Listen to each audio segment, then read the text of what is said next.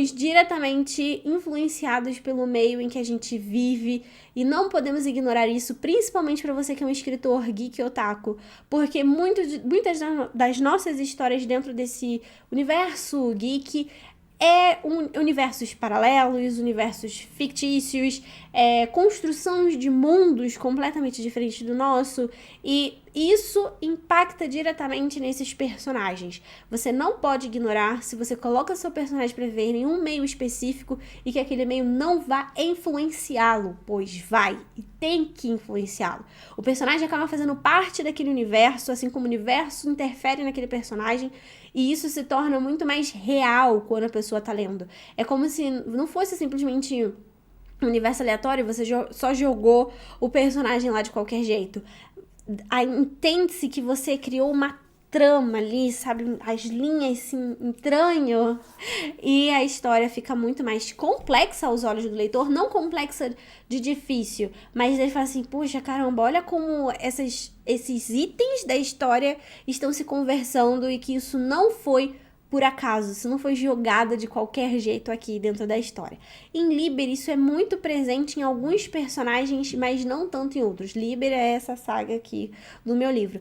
Mas o meio em que a personagem cresce acaba moldando essa personagem. Na verdade, o passado dela acaba mudando mais e outros personagens, como eu falei aqui, todos esses pilares não é só do protagonista. Então, falando de outros coadjuvantes, o meio em que eles vivem... Nossa!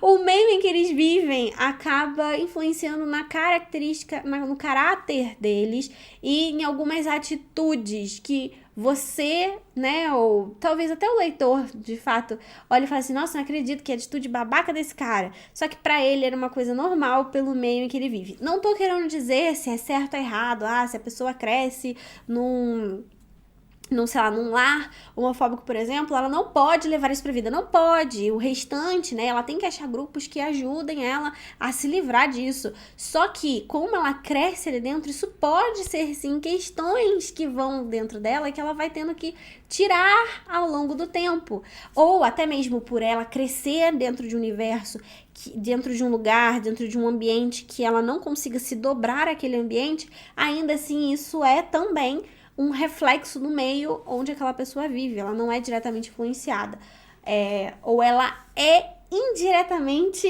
influenciada, como assim?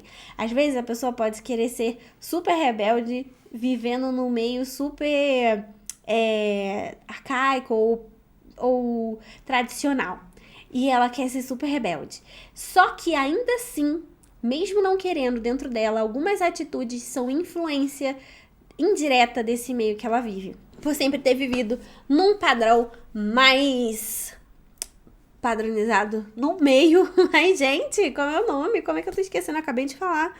Mais tradicional, é isso que eu queria dizer, tá bom?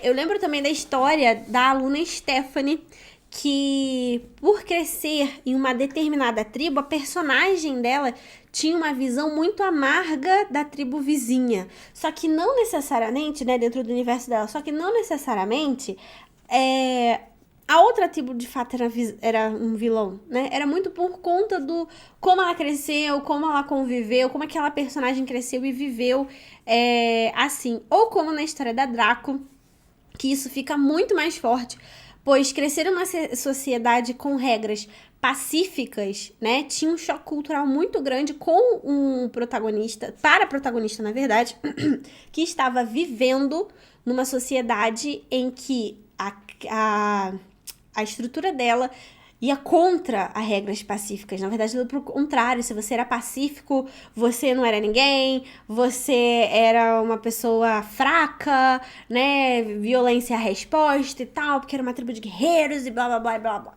Então, isso causou um choque cultural nessa personagem e ela não se deixou levar, né, por esse meio, mas ela viu tanto o filho quanto o marido sendo influência direta desse meio em que eles viveram.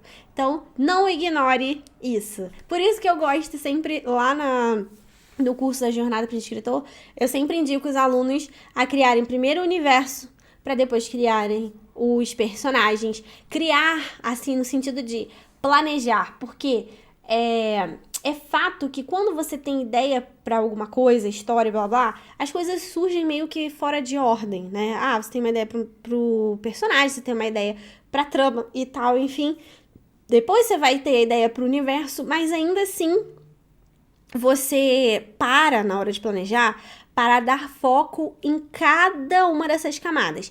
E aí, segundo o meu método BUP, eu prefiro que na hora lá do planejamento você faça o universo primeiro e o personagem depois, justamente por conta dessas influências diretas. Vai na minha, a Sensei sabe do que tá falando.